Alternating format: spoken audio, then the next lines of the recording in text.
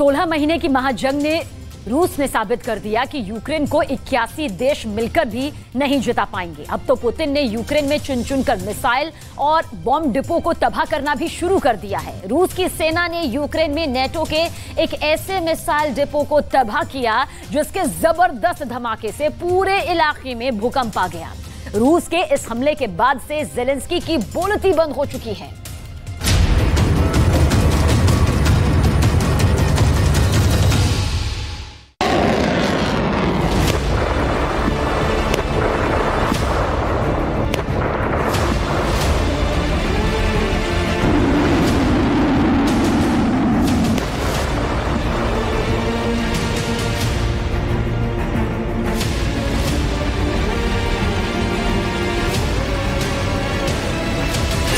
Putin का भूकंप युद्ध शुरू।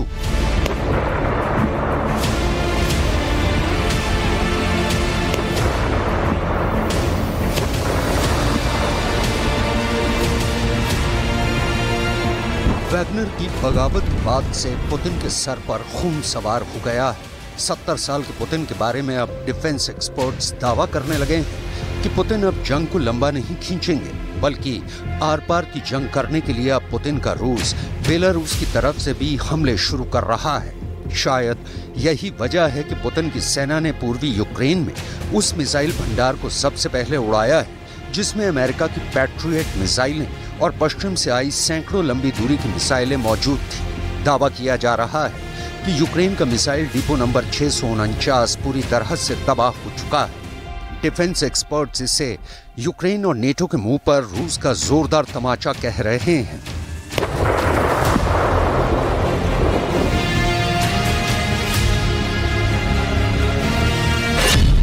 उड़ा दिया मिसाइल डिपो 649।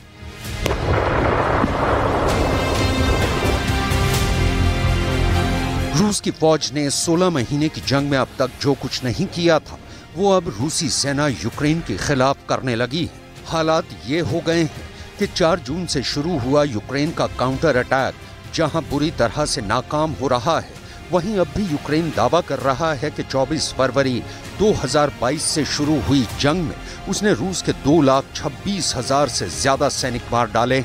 ज़ेलेंस्की तो ये भी दावा करने लगे हैं कि यूक्रेनी सेना ने रूस की 4,000 टैंक तबाह कर डाले।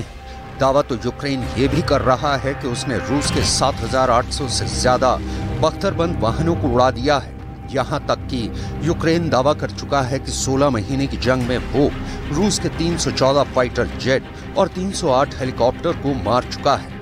अब ऐसे हालात में सवाल उठता है कि अगर रूस को जंग में इतना भयानक नुकसान हुआ है तो फिर रूस ने पूर्वी यूक्रेन के 35% इलाके पर कब्जा कैसे कर लिया? कैसे रूस ने यूक्रेन, अमेरिका और नेटो देशों के हथियारों को तबाह कर डाला? आखिर ऐसी क्या वजह है कि अब तक के काउंटर अटैक में यूक्रेनी सेना रूसी सेना की पहली रक्षा पंक्ति को भी तबाह नहीं कर पाई है, जबकि पुतिन के रूस ने तो पिछले 2 दिनों में भूकंप की तरह तबाही लाने वाला युद्ध भी शुरू कर दिया है। रूस का दावा है कि पूर्वी यूक्रेन में यूक्रेनी सेना का एक मिसाइल डिपो था जिसमें हजारों की तादाद में छोटी और बड़ी मिसाइलें मौजूद थी। रूस ने यूक्रेन के इसी मिसाइल डिपो में हमला करके ऐसा धमाका किया कि कई किलोमीटर तक भूकंप की तरह झटके लगने लगे। जरा देखिए क्या है पूरी खबर।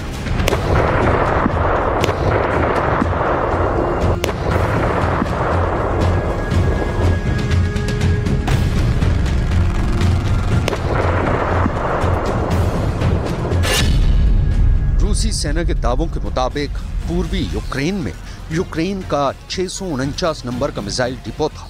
मिसाइल डिपो 649 में अमेरिका, ब्रिटेन, जर्मनी समेत नेटो के 31 देशों से बम, मिसाइलें और एयर डिफेंस सिस्टम लाकर रखे गए थे।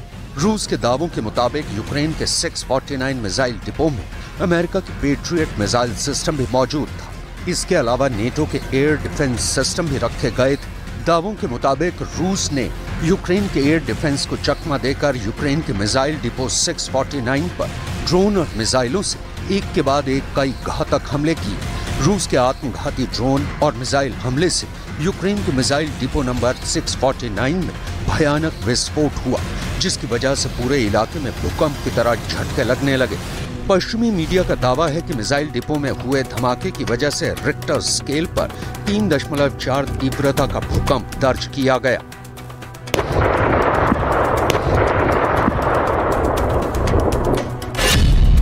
उड़ा दी मिसाइलें, फाड़ दिए टैंक।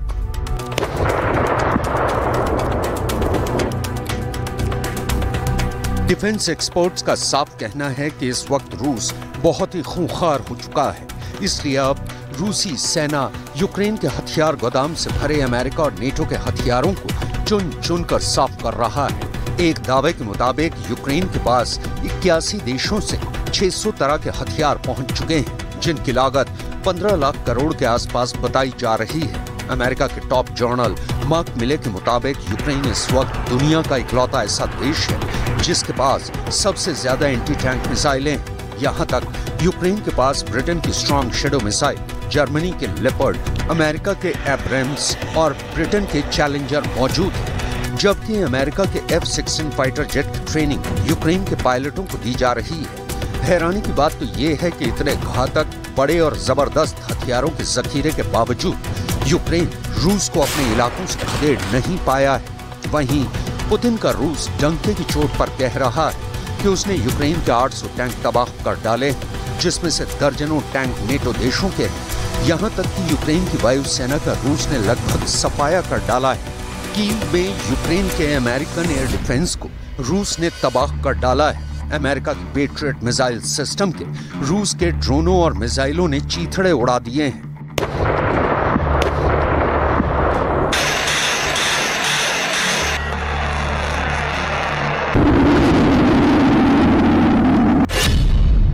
महीने का सबसे भयंकर हमला।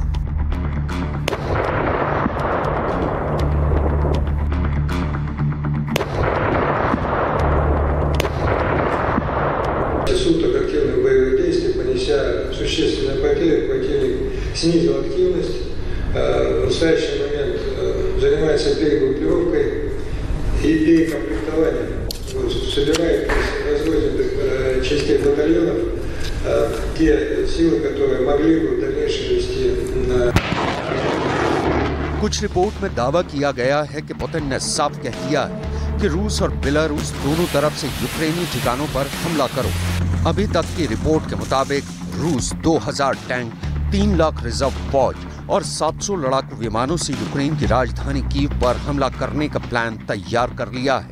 अब सवाल उठता है कि आखिर यूक्रेन और नेटो क्या कर रहे हैं। जरा राष्ट्रपति ज़ेलेंस्की और यूक्रेनी ग्राउंड फोर्स के कमांडर जनरल ओलेक्जेंडर सिर्स्की की इन तस्वीरों को देखिए, जहां जनरल सिर्स्की हैरान और परेशान ज़ेलेंस्की को समझाने की कोशिश कर रहे हैं कि पुतिन की फौज पर हमला कैसे किया जाएगा। लेकिन सवाल उठता है, ज़ेलेंस्की जंग पर क्या कह रहे हैं। Фронт, Донеччина, Запоріжжя, наші воїни, наші передові позиції, напрямки активних дій на фронті. Сьогодні по всіх напрямках у наших воїнів було просування вперед, і це щасливий день. Я побажав хлопцям побільше таких днів. Був в підрозділах Хортиці, які відзначились в битві за Бахмут, героїчно відзначились. Молодці воїни. 16 महीने का सबसे भयंकर हमला।